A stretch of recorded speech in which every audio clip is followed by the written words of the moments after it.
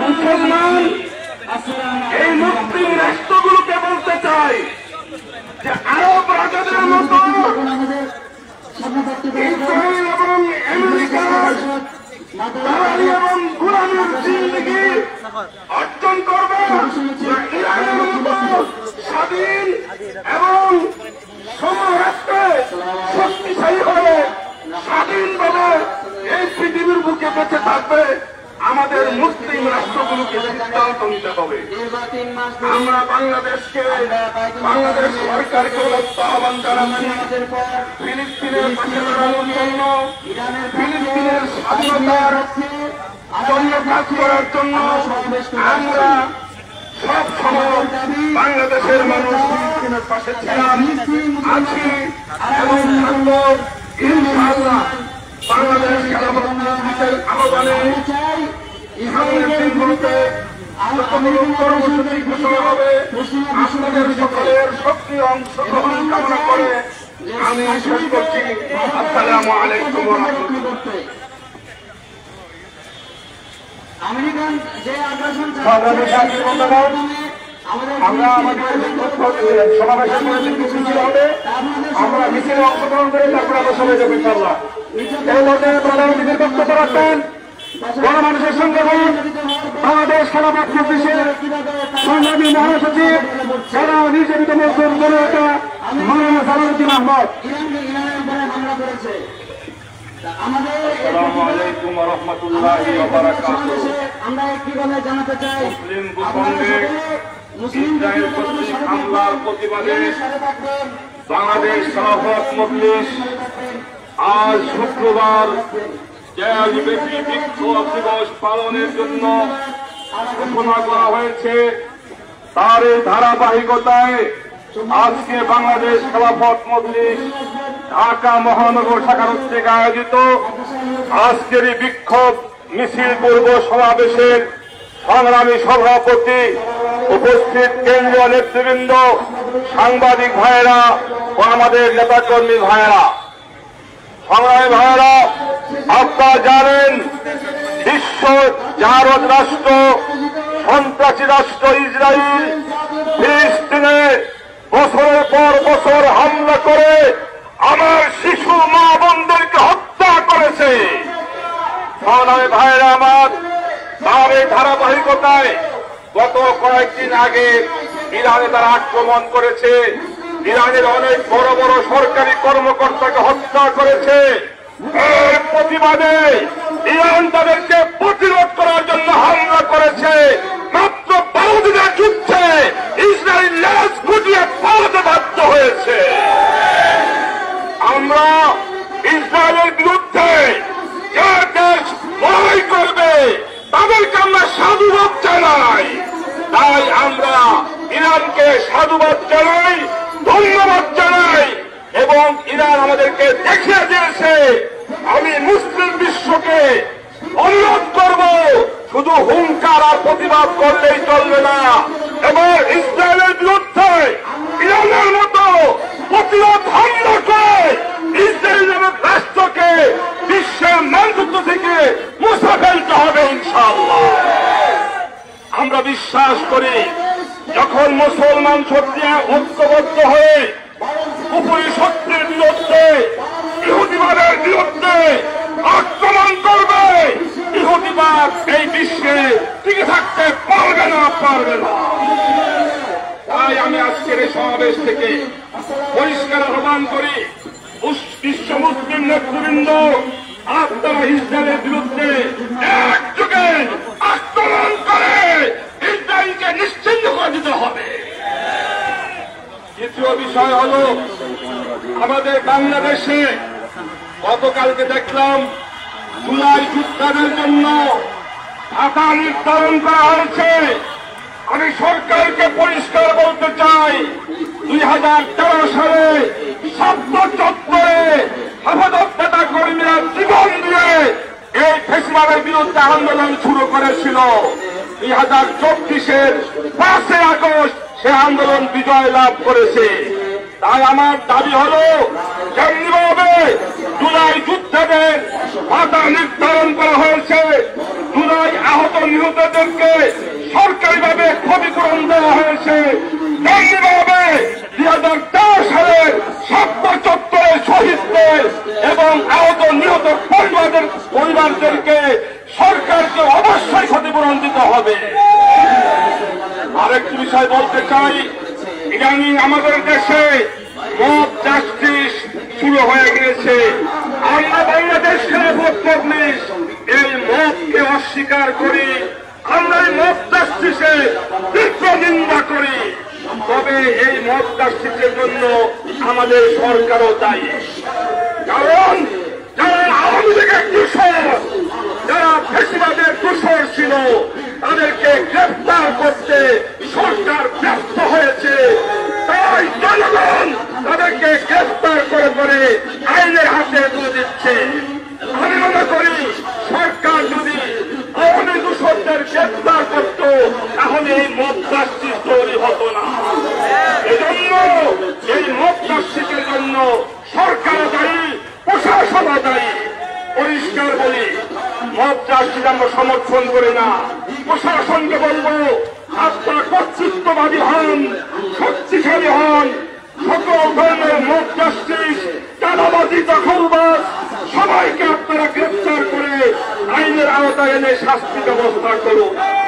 সর্বশেষ কথা, এবারে নির্বাচনে দেশের স্বাধীনতা, ইসলাম জনগণের কল্যাণের জন্য আগামী নির্বাচনে ইসলামী শক্তি ঐক্যবদ্ধ হওয়ার বিকল্প কোন পথ নাই। তাই আমাদের খেলাফত মজলিস মনে করে আগামী নির্বাচনে সকল ইসলামী দল ও মতকে ঐক্যবদ্ধ করে আগামী নির্বাচনে অংশগ্রহণ করবে ইনশাআল্লাহ।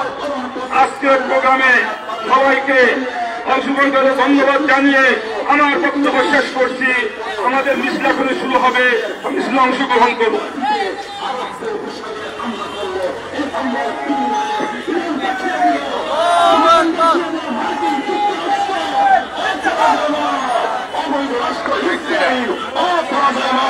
তাদেরকে পরাজয় বরণ করাতে পারে একমাত্র সেই মুসলিম দলটি ইরান দেখিয়ে দিল, তাদেরকে পরাজয় বরণের স্বাদ মুছে দিল।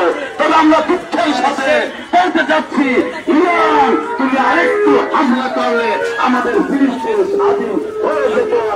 আমরা বলতে চাই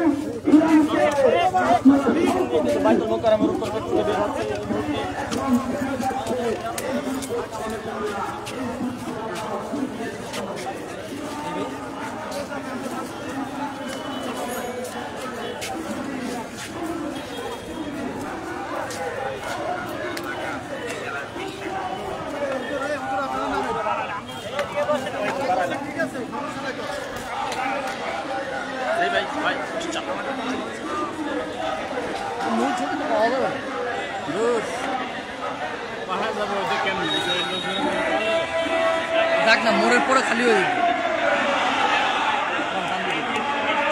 এই কান্দি দেখান, আস্তে আস্তে যান ভাই।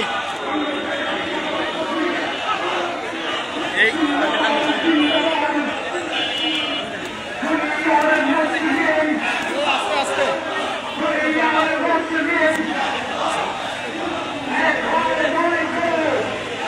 হয়েছে তারা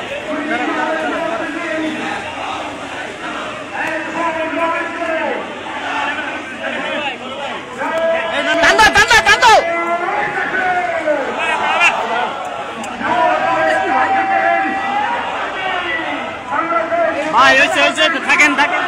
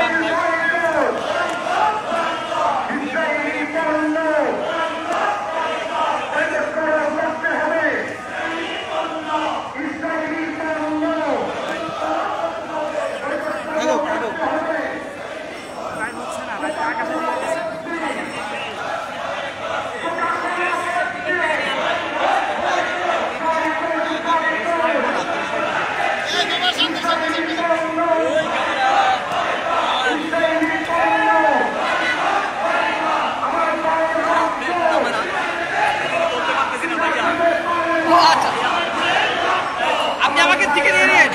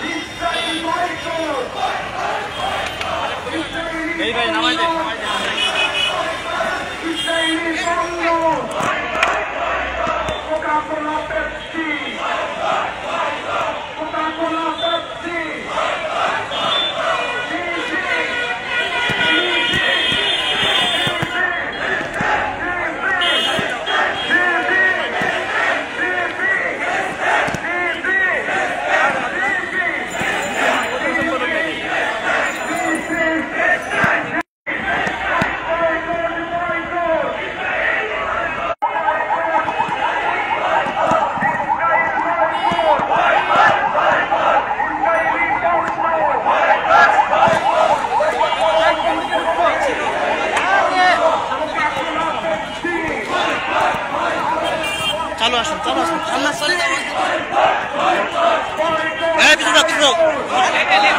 কেন্দ্র পিছনে লাইনে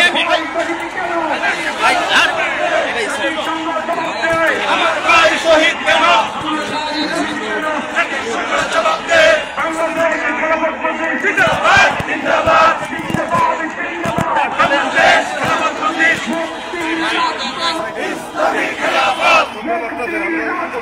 ইসলামী খেলাফত খেলাফতের বাংলাদেশ খেলাফতের বাংলাদেশ রুখে দাঁড়াও একসাথে রুখে দাঁড়াও একসাথে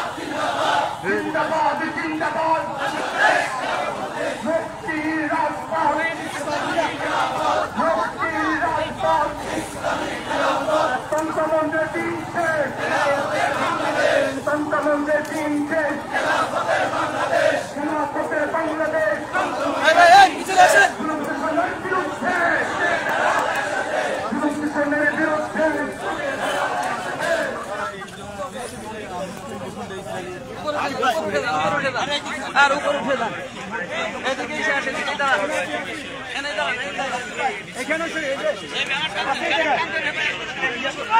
আরে দায়িত্ব সিদ্ধা হয়ে বসে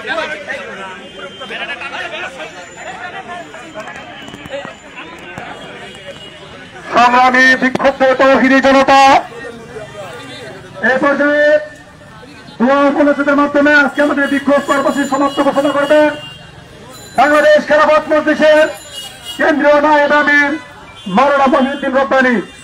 দোয়া উপন্যাস পরিচালনা করবেন মাওলানা মহিউদ্দিন রব্বানী।